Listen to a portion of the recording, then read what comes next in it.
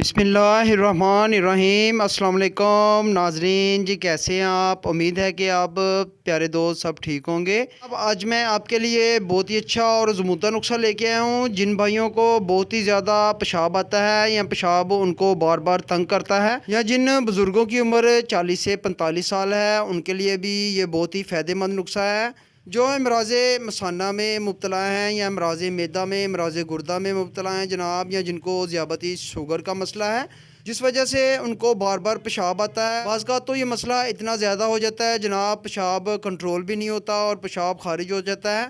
या जिन भाइयों को जनाब इस्तिंजा करने के बाद भी पेशाब के एक दो कतरे महसूस होते हैं या पेशाब आता हुआ महसूस होता है। या प्यारे दोस्तों, प्यारे भाइयों, अगर आपको जरियान की वजह से या इतलाम की वजह से, शिरत-ए-इंज़ाल की वजह से मसाना की बहुत ही ज़्यादा कमज़ोरी हो गई है, तो उस वजह से आपको पेशाब बार बार बहुत ही ज़्यादा आता है। ये मर्ज़ जनाब ज़्यादातर तो 40 साल की उम्र के बाद बहुत ही ज़्यादा कसरत से मरीज़ इस मर्ज़ में मुब्तला हैं। जी, मैं हकीम मोहम्मद मोइन, आप देख रहे हैं सूफियाबाद दवाखाना यूट्यूब चैनल।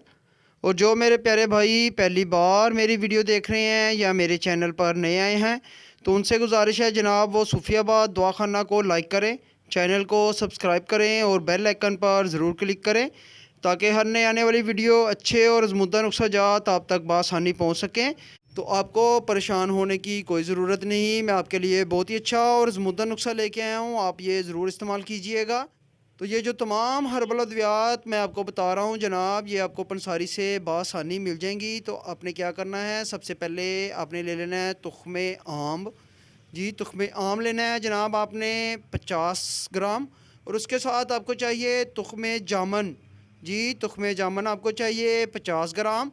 उसके साथ आपको चाहिए तुख्मे सरस। जी, तुख्मे सरस आपने ले लेना है जनाब, वो भी आपको चाहिए 50 ग्राम।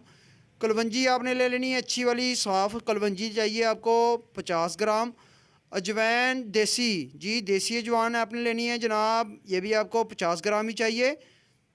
और उसके साथ आपने ले लेना है गूंद किक्कर। जी, गूंद किक्कर ये भी आपने 50 ग्राम ले लेना है। तुख्मे करेला, जी तुख्मे करेला आपको चाहिए 50 ग्राम। और दाल चीनी, जी इसके साथ आपने शामिल करनी है दाल चीनी, ये आपको 20 ग्राम चाहिए।